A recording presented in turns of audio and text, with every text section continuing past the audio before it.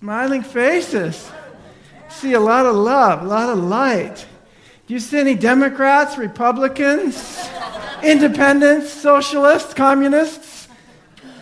Do you see Christians, Jews, Muslims, Hindus, Buddhists? I don't. I see people. I just see all one Spirit. I see one Spirit in each and every one of you. All those labels that we've designed keep us separate. They keep us from the awareness that we are one Spirit. Today I come in gratitude that we are one Spirit, and that truth sets me free. It sets me free to receive you as my brother and sister and to receive your love, no matter where you have been, what you have been thinking, what you think you have done, and how you've labeled yourself or others. Let's level the playing field. None of that means anything at all. We are all one Spirit. That's the truth of who we are. And that's why we come here. We come here to be reminded of that. I come here to be reminded of that. And I'm so grateful for this place. We are joined in gratitude. Today we're going to talk about gratitude. If you want more of life, if you want more of who you are, if you want more abundance, if you want a magnificent life, be grateful. Drop everything else. Gratitude is the most powerful process. It's a process for shifting your energy. That's how we do it. We shift our energy to bring more of what you want into your life. You have to be grateful for what you have, and then you will attract more good things. Everything that you want, everything that will support you is a dynamic expression of God's love. It's coming your way. It's already here. Unity says it's already here. It's divine substance. Do you know the Holy Trinity of unity? Does anybody know?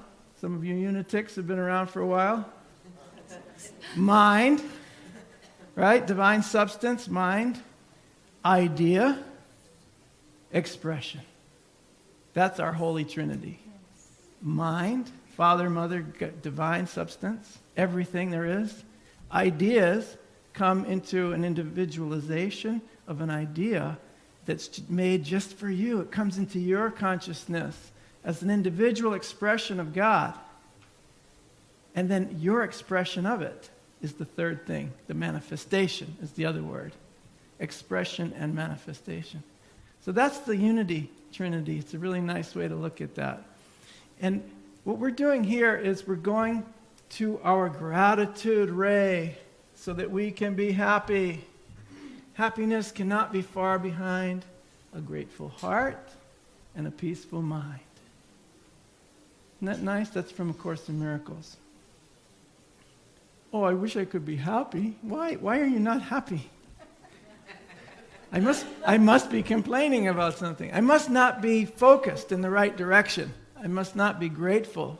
I'm missing something. I'm missing something that I should be grateful for all the time. And what goes along with gratitude? It gives me a peaceful mind. A grateful heart always gives me a peaceful mind.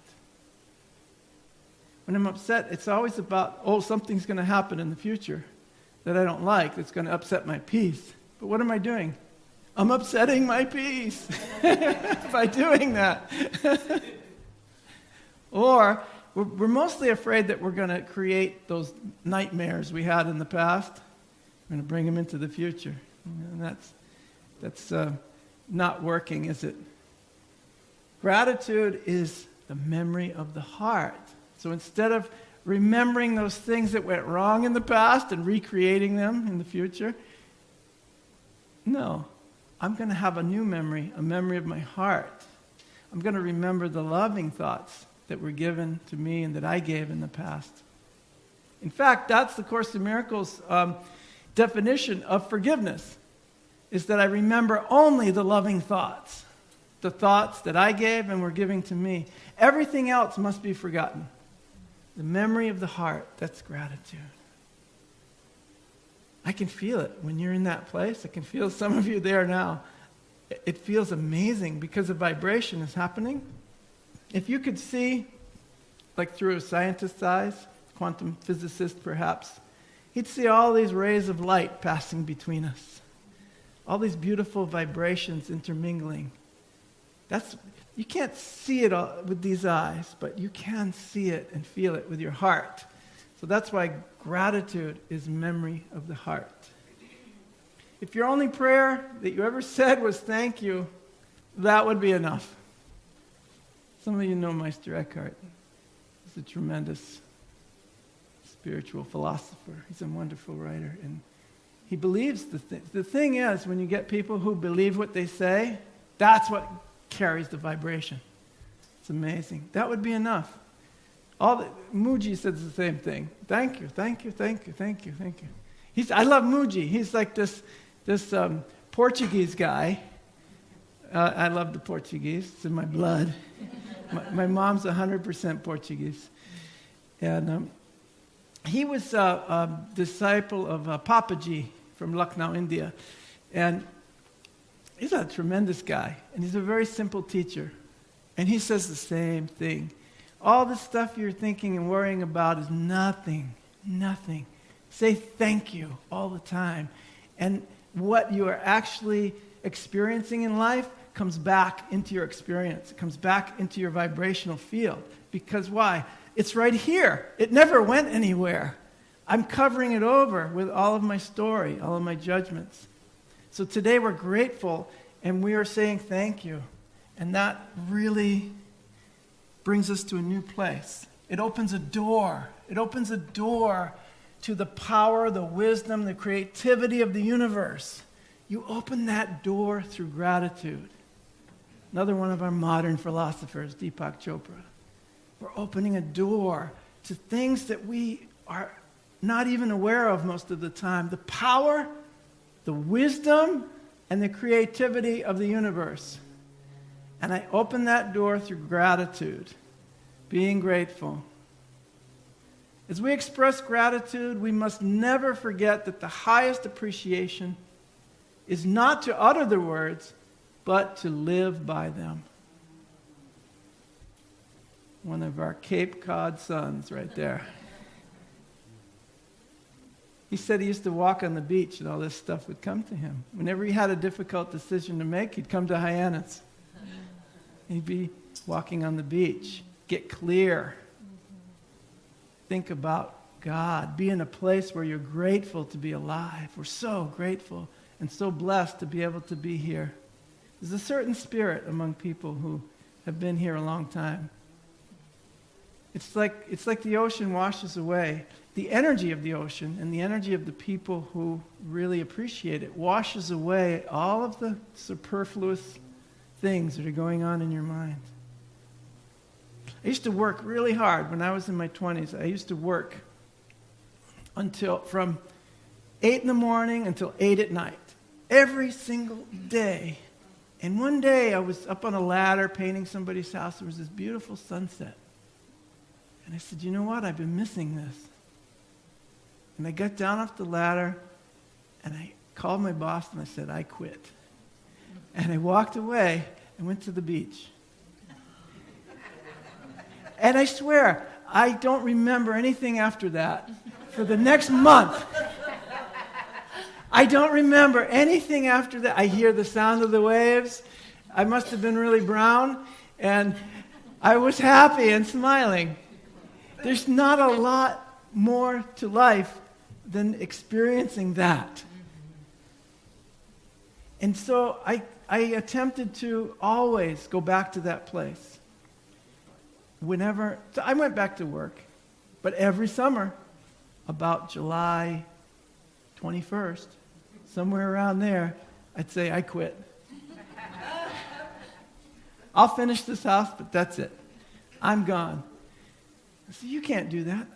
I just did. And this is how, basically, I've been living my life. When I was teaching the Course in Miracles, somebody asked me to go to Colombia, and I just moved into a new apartment and just fixed it all up.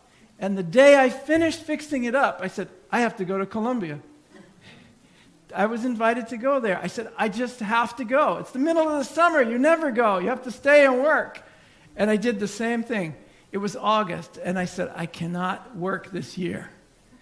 I just can't do it. I can't be here. I have to go to Colombia. And I went there, and that's when I met my wife. I had no idea she was going to be there waiting for me. But something inside me did. And that's why I want to become clear through gratitude and appreciation, become clear in my life to the signals that Spirit is always sending me so that I can follow that guidance. That's the guidance that sent us here, to this place. When we were done with Wisconsin, Lily says, we're moving to Cape Cod. I said, come on, let's go to California, Hawaii, Arizona, New Mexico. She said, okay, you know how they put states in the quarters? So she said, the next quarter we get, well, that's where we'll go. She picked it up and said, Hawaii. I said, great, we're going to Hawaii. And then like a week later, she says, nope, we're going to Cape Cod.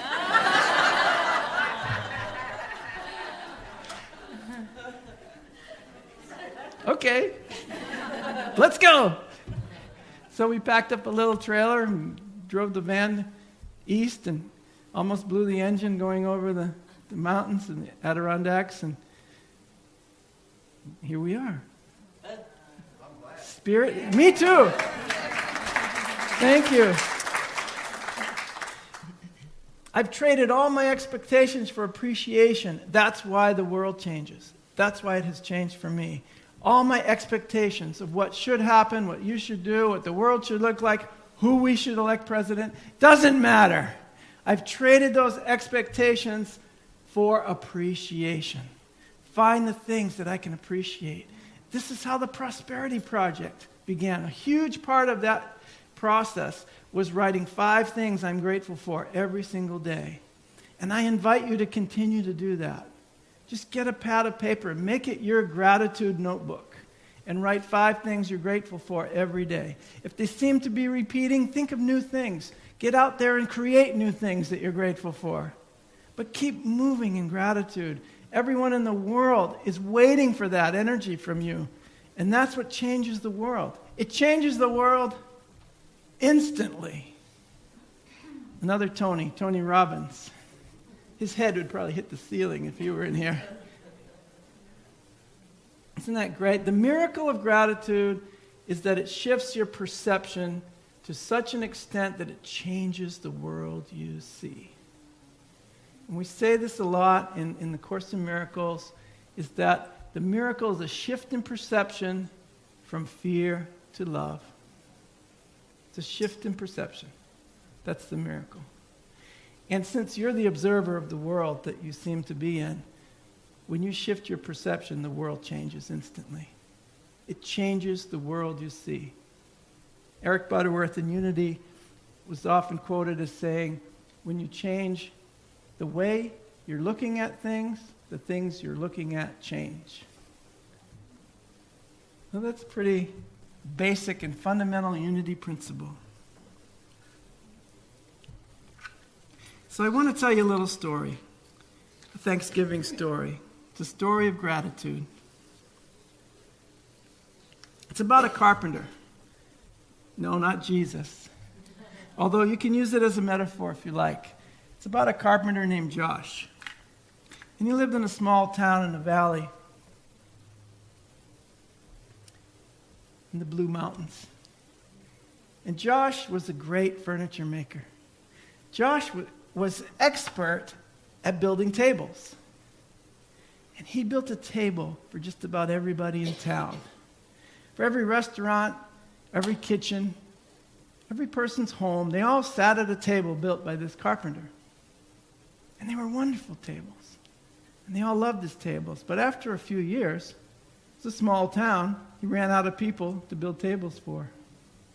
So he was sitting in his own table one day in his kitchen, feeling a little depressed, his head in his hands, thinking, what am I going to do now? My whole life has been being a carpenter, building furniture, and especially these tables. It's what I love to do.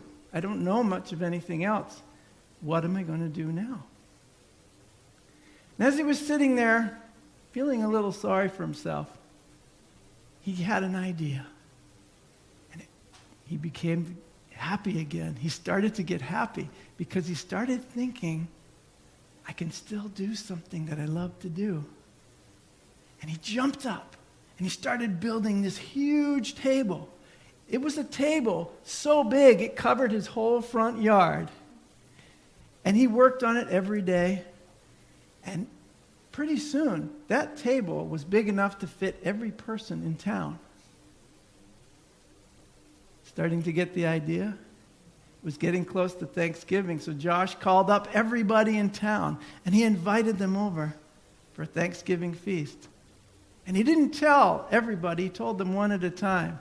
He told the lady that made tablecloths, he told the man who had the farm, he told the knife maker, he told the potter who made the plates and the bowls. He told the farmer who had the vegetables, who might even bring a big fat turkey. He told everyone just to bring one thing out of their abundance and come to his house for Thanksgiving. And so, when Thanksgiving came around, they all started to arrive, and they all brought an amazing, when they put it all together, it was an amazing abundance. And it all fit together. Because without the guy who made the knives, you couldn't carve the turkey. You couldn't cut the vegetables. Without the people bringing the pots, you couldn't cook the food. Without the plates and the cups, you couldn't eat and drink. Without the winemaker, there was nothing to put in the cups. Everybody brought exactly what was needed to make the meal complete. The woman laid out the tablecloth, and they began to make the table. And then they discovered something. To the amazement of everyone, Josh had built this huge, beautiful table, but there were no chairs. He said, "Don't worry, my friends. Instead of getting worried, let's be grateful that we have this feast. Let's continue to set the table." And they continued to set the table, and they put out everything, the candlesticks and the turkey and all of the trimmings, everything. And it was so gorgeous and beautiful. And in that moment, they all held hands, and they said their Thanksgiving prayer. And their hearts rang out with gratitude, were filled with thankfulness for all that they had and all they could share. And in that moment, a truck came up the driveway and was beeping the horn and yelling, "Josh, Josh!" It was his cousins from the town next door, from the other side of the valley. And he said, "Oh, it's my cousins. They had a truck full of chairs they brought from their shop." For you see, Josh's cousins were chair makers. He made the tables. They made the chairs. And they said to Josh, "Happy Thanksgiving, Josh. We heard from your neighbors that you were throwing this big feast for everyone." And they said to themselves, "Josh will forget the chairs."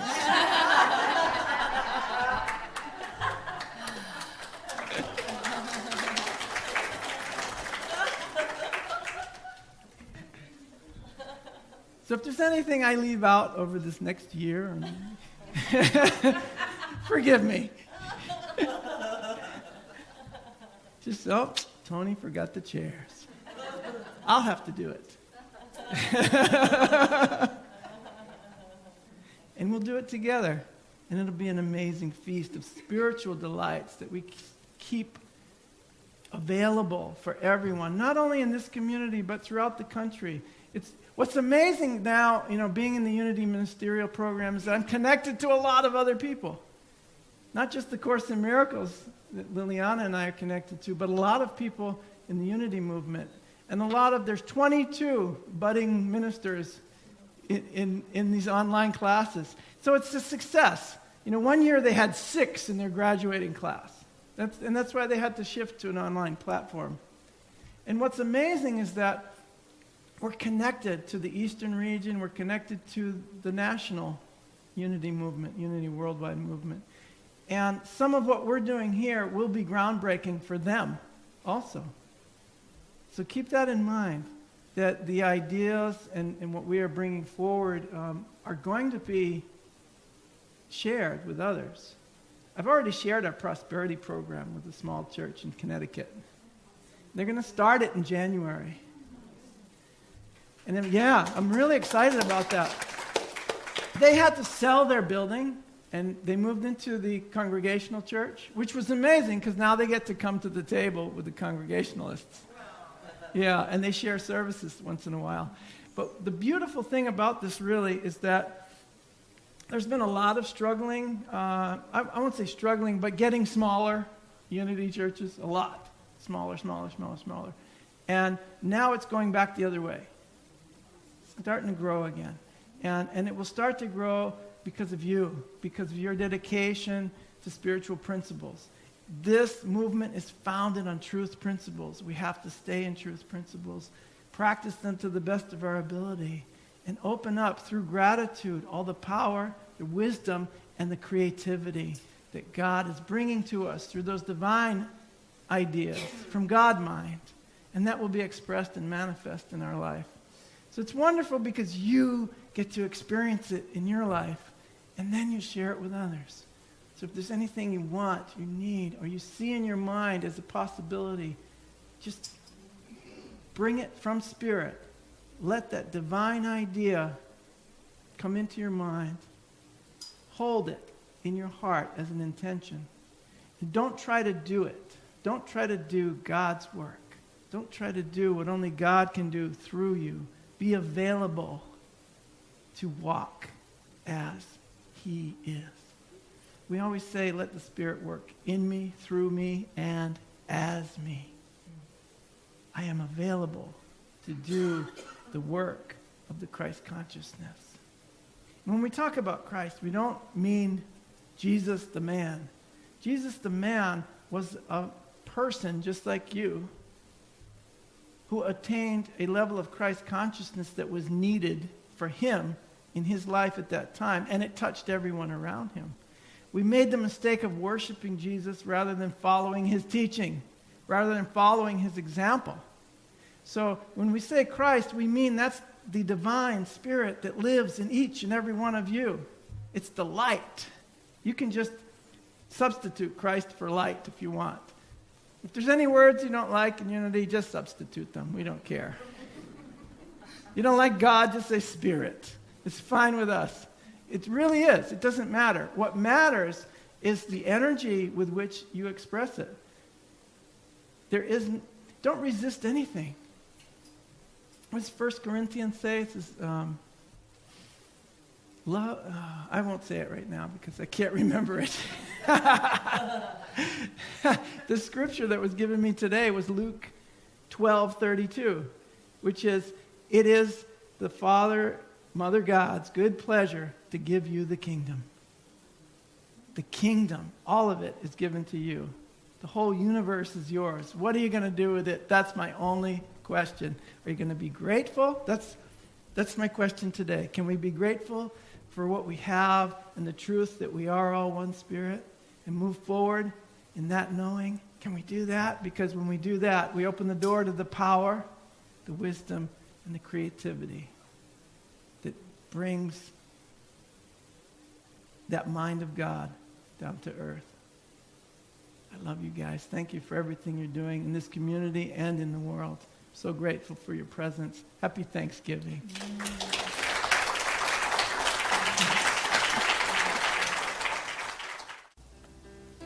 You have been watching the message from our Sunday celebration service here at Unity on Cape Cod, providing a positive path for spiritual living. Please join us every Sunday morning at 10 a.m. at 147 Walton Ave, Hyannis, Mass. And visit us online at www.unityoncapecod.org.